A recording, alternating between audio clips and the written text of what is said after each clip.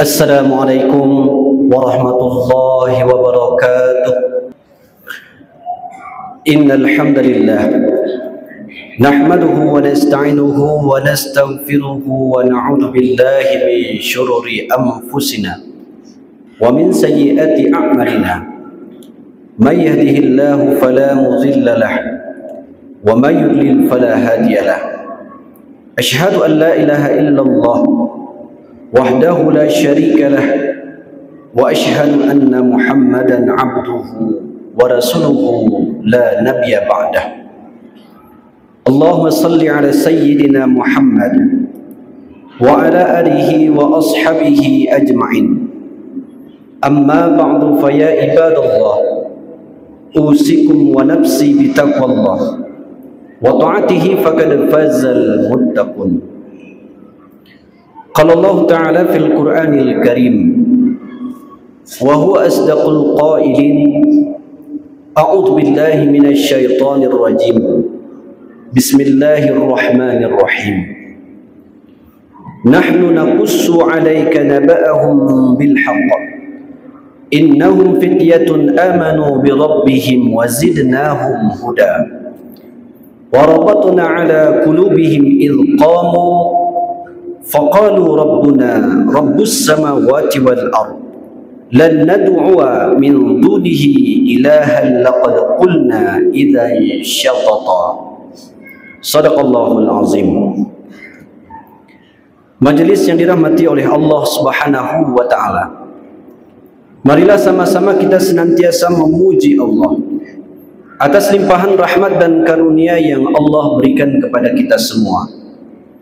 Salawat dan salam kita kirimkan ke haribaan junjungan kita, Nabi besar Muhammad sallallahu alaihi wasallam. Khatib mengajak kita semua supaya terus-menerus meningkatkan nilai takwa kepada Allah. Dan semoga kita tidak mati terkecuali dalam keadaan muslim. Wala tamutunna illa wa antum muslimun. Pada kesempatan yang singkat ini, khatib diberikan sebuah judul, pemuda dalam cengkraman zaman menjadi cahaya di tengah kegelapan.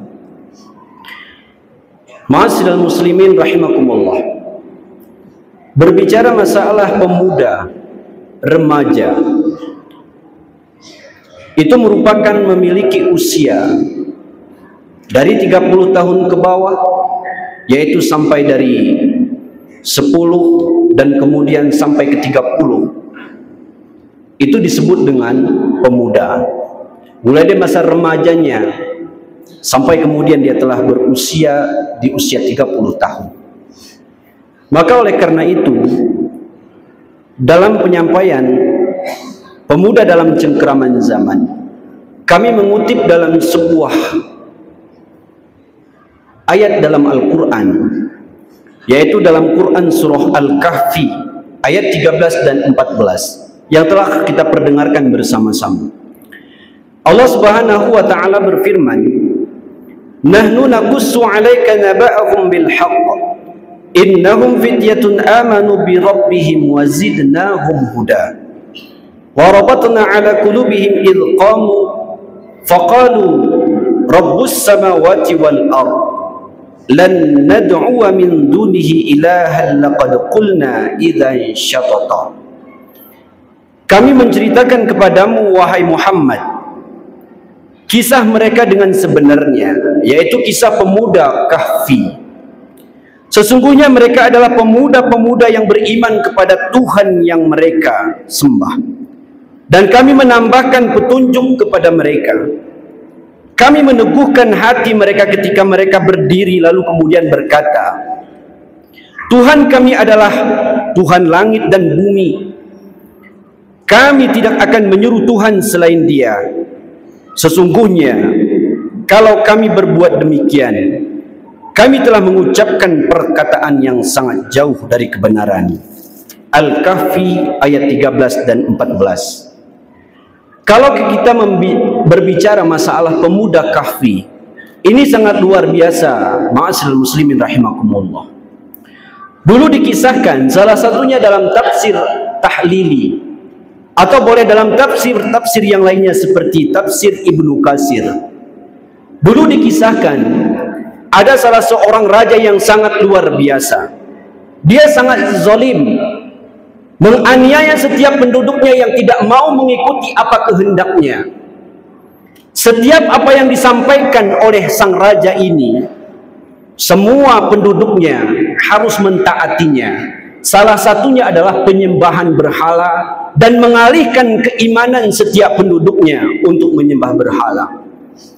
Raja ini bernama Daqyanus. Di dalam tafsir Ibnu Katsir disebutkan raja ini sangat kejam dan bengis. Lantas kemudian sang raja ketika dia memaksakan setiap penduduknya itu tidak beriman lagi kepada Allah yang Maha Esa. Hanya ada 7 pemuda yang mereka itu beriman kepada Allah Subhanahu wa taala sampai-sampai mereka itu dikejar. Bahkan pernah mereka itu dilucuti pakaiannya. Tetapi kemudian Daqyanus ini berkata, bebaskan mereka, boleh saja suatu saat nanti mereka akan beriman kepada Tuhan kita. Tatkala mereka membebaskan yaitu 7 pemuda ini, lantas kemudian suatu saat mereka menampakkan keimanan di tengah-tengah masyarakat yang telah beralih keyakinan mereka. Maka kemudian Daqyanus memerintahkan kepada seluruh prajuritnya, tentaranya, untuk membunuh mereka. Dan kemudian pada akhirnya mereka pun berangkat yaitu menuju sebuah gua. Dan di dalam gua inilah mereka itu bertahan. Tidak sampai di sana hadirin yang dimuliakan oleh Allah Ta'ala. Ternyata Allah yang Maha Tahu segala-galanya. Mereka ditidurkan di dalam gua ini selama 300 tahun lebih. Ada yang menyebutkan 309 tahun mereka itu tertidur dalam gua. Karena mereka itu memang tetap beriman hanya kepada Allah Rabb yang telah menciptakan mereka. Dan mereka pun ditidurkan oleh Allah Subhanahu wa taala, yaitu dalam sebuah gua yang bernama Tikaius, yaitu di sebuah kota bernama Afafus. Hadirin yang dimuliakan oleh Allah Ta'ala, kisah ini menjadi sebuah pelajaran yang berharga. Bahwasanya pemuda-pemuda zaman dulu, mereka itu telah diancam oleh Allah, diancam oleh pemuka-pemuka mereka dengan tindakan-tindakan anarkis, bengis, bahkan sangat kejam. Dan mereka pun penduduknya itu banyak yang terzolimi akibat yaitu raja-raja yang sangat luar biasa zolimnya. Tetapi kisah pemuda ini bisa menjadi sebuah peringatan untuk diri kita. Di dalam tafsir itu disebutkan, kenapa pemuda bukan orang tua? Ternyata jawabannya, pemuda itu memiliki visi misi di masa yang akan datang. Kalau sekiranya pemuda-pemuda itu, mereka itu tetap beriman, bahkan kemudian dengan keimanan mereka yang teguh itu, di masa yang akan datang dialah pengganti orang tua yang hari ini sudah dekat dengan ajalnya. Maka ketika Bung Karno pernah menuturkan, beri aku 100 orang tua, aku akan cabut pohon yang ada di Semeru dari akar-akarnya. Dan beri aku 10 pemuda, niscaya aku akan guncangkan dunia. Pemuda memiliki peran yang sangat penting di masa yang akan datang. Oleh karena itu hadirin yang dimuliakan oleh Allah Ta'ala, akhir-akhir ini kita melihat fenomena pemuda dalam cengkeraman zaman. Hari ini kita dapat melihat cengkeraman zaman merenggut yaitu visi misi dari pemuda itu sendiri. Sebagai contoh hadirin yang dimuliakan oleh Allah Ta'ala, hari ini anak-anak kita yang pemuda usianya 30 tahun sampai ke bawah, bahkan sampai dengan anak balita, mereka dalam cengkraman Androidnya. HP hari ini telah menjadi akar. Setiap waktu dihadapkan dengan wajah mereka. Tidak hanya di rumah, bahkan sampai khatib di atas mimbar pun masih ada anak-anak muda yang mereka itu asik dengan gadgetnya. Tidak sampai di rumah, bahkan sampai masuk ke toiletnya dicengkram dengan Androidnya. Dan yang diakses di sana fasilitasnya begitu banyak. Mulai daripada game online-nya, dari game yang biasa sampai kemudian judinya, dari fasilitas videonya, dari pornografinya sampai porno aksinya. Bahkan kemudian tidak sampai di situ, dari berita yang benarnya sampai kemudian berita hoaxnya, semuanya dalam cengkraman. Dan akhir-akhir ini kalau kita melihat fasilitas-fasilitas semacam ini mencengkram generasi-generasi kita. Kemudian berikutnya, cengkraman kebodohan.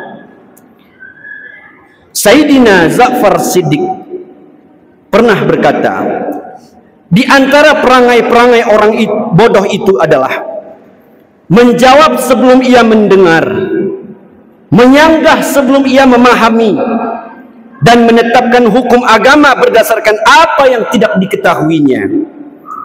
Cengkraman kebodohan ini itu akan menyebabkan seseorang menjadi fanatisme, baik dalam segala hal maupun di dalam hal yaitu beragamanya.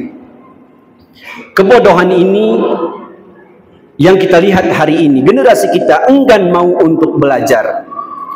Berapa banyak hari ini fasilitas beasiswa dan lain sebagainya, tapi hanya sedikit remaja generasi kita yang mau mengikuti program beasiswa ini. Bahkan hari ini institut negeri, bahkan kemudian universitas-universitas membuka kesempatan lebar untuk generasi-generasi kita untuk belajar. Hanya sedikit di antara mereka yang mau mengikuti pembelajaran tersebut. Cengkraman kebodohan itu mengakibatkan suatu saat nanti semua akan dibutakan dengan kepalsuan. Cengkraman berikutnya adalah sifat malas, pergaulan bebas, narkotika, begal, dan kemudian tawuran. Itu merupakan cengkraman yang merenggut jiwa-jiwa generasi kita saat ini.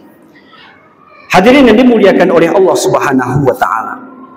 Maka oleh karena itu, pemuda sebagai cahaya di tengah kegelapan. Kalau sekiranya kita berkaca dari pemuda saat ini yang kemudian menghadapi tantangan zaman yang begitu besar, maka seharusnya mereka itu menjadi cahaya di tengah kegelapan. Dikisahkan bahwasanya dulu Ibnu Abbas dibonceng oleh baginda Nabi Shallallahu Alaihi Wasallam. Lantas saat dibonceng oleh baginda Nabi, Nabi Shallallahu Alaihi Wasallam mengajarkan kepadanya beberapa wasiat. Rasulullah Shallallahu Alaihi Wasallam bersabda, "Ya ghulam, inni u'allimuka kalimat, ihfazillah yahfazka, ihfazillah tajidhu tujahaka, idza sa'alta fas'alillah, wa idza sta'anta fasta'in billah, wa'lam anna al-ummati law ijtama'at ala an yanfa'uka bi syai'in lam yanfa'uka illa bi syai' qad katabahu Allahu lak, wa in ijtama'a ala an yadurruka bi syai' lam yadurruka illa bi syai' qad katabahu Allahu alaik. Rufi'atul qalam wa jaffatis suhuf." Ibnu Abbas menceritakan, Rasulullah Shallallahu Alaihi Wasallam mengajarkan kepada aku. Dulu Ibnu Abbas ini seorang remaja. Rasulullah Shallallahu Alaihi Wasallam menasihati dan memberikan wasiat. Yang pertama, baginda Nabi menyebutkan, ihfazillah yahfazka. Jagalah Allah, niscaya Allah akan menjagamu. supaya pemuda generasi kita menjadi cahaya di tengah kegelapan. Nilai tauhid dalam menjaga hak-haknya kepada Allah, sebagaimana pemuda Kahfi yang menjaga akan hak-haknya kepada Allah. Allah pun akan menjaga hak-haknya kepada setiap hamba itu. Ketika dia mau menjaga Allah, Allah akan menjaga dirinya. Kemudian yang kedua, jagalah Allah, niscaya engkau akan mendapati Allah di hadapanmu. Syariat dan perintahnya ditaati dalam segenap kehidupan kita. Tatkala kita mampu untuk menjaganya, kita akan bertemu dengan Rabb kita. Hari ini hadirin yang dimuliakan oleh Allah, kita terkadang hanya menganggap Allah itu ada di masjid, Allah itu hanya ada di majlis. Tatkala kita keluar dari masjid, kita banyak yang melanggar hak-hak kita kepada Allah, karena kita tidak mampu bahwasanya menjaga hak kita dengan Allah. Kita tidak menganggap bahwasanya Allah selalu mengawasi kita. Kita tidak menganggap bahwasanya Allah selalu melihat kita.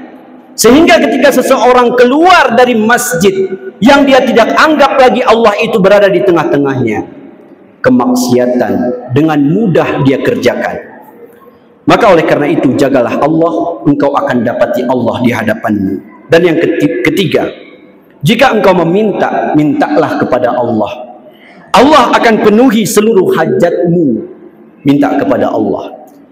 Dan yang keempat, ketahuilah kata Nabi SAW, apabila engkau telah meminta kepada Allah, berkumpul setiap manusia ingin memberikan kemudaratan kepadamu, maka niscaya tidak akan sampai mengenaimu bila itu tidak atas izin Allah Subhanahu wa taala. Maka hadirin yang dimuliakan oleh Allah, berdasarkan hadis ini, pesan wasiat dari Nabi kepada Ibnu Abbas ini, semoga kita adalah generasi-generasi yang menjaga hak-hak kita dengan Allah. Kalau kita menjaga hak-hak kita Allah, maka cengkraman zaman yang hari ini merenggut masa depan generasi kita tidak akan sampai dalam diri kita. Barakallahu li wa lakum bima fihi minal ayati wa dzikril hakim.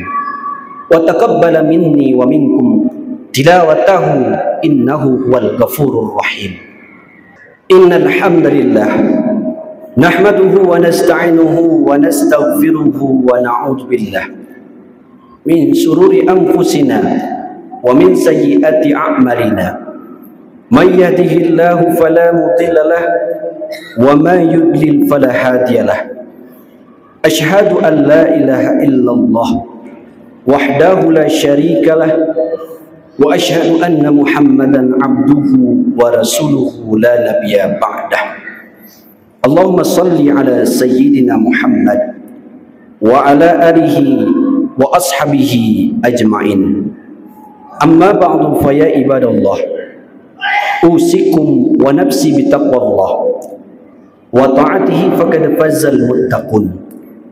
Qala Allah Ta'ala fil Qur'anil Karim wa huwa asdaqul qailin. A'udzu billahi minasy syaithanir rajim. Bismillahirrahmanirrahim. Nahnu naqussu 'alaika naba'ahum bil haqq. Innahum fityatun amanu bi rabbihim wa zidnahum huda. Shadaqallahul azim. Innallaha malaikatahu yusalluna 'alan nabi. Ya ayyuhalladzina amanu sallu 'alaihi wa sallimu taslima. Allahumma ighfir lil muslimina wal muslimat wal mu'minina wal mu'minat al ahya'i minhum wal amwat wattabi' bainana wa bainahum bil khairat. Rabbighfir warham wa anta khairur rahimin. Rabbana atina min ladunka rahmah wa hayyi' lana min amrina rasyada. Allahumma ighfir lana dhunubana wa liwalidayna warhamhuma kama rabbayana saghira. Rabbana zalamna anfusana wa illam taghfir lana wa tarhamna lanakunanna minal khasirin. Rabbana atina fid dunya hasanah wa fil akhirati hasanatan wa qina adzaban nar. Aqulu qawli hadza wastaghfirullahal azim wa la dzikrullahi akbar. Aqimus shalah.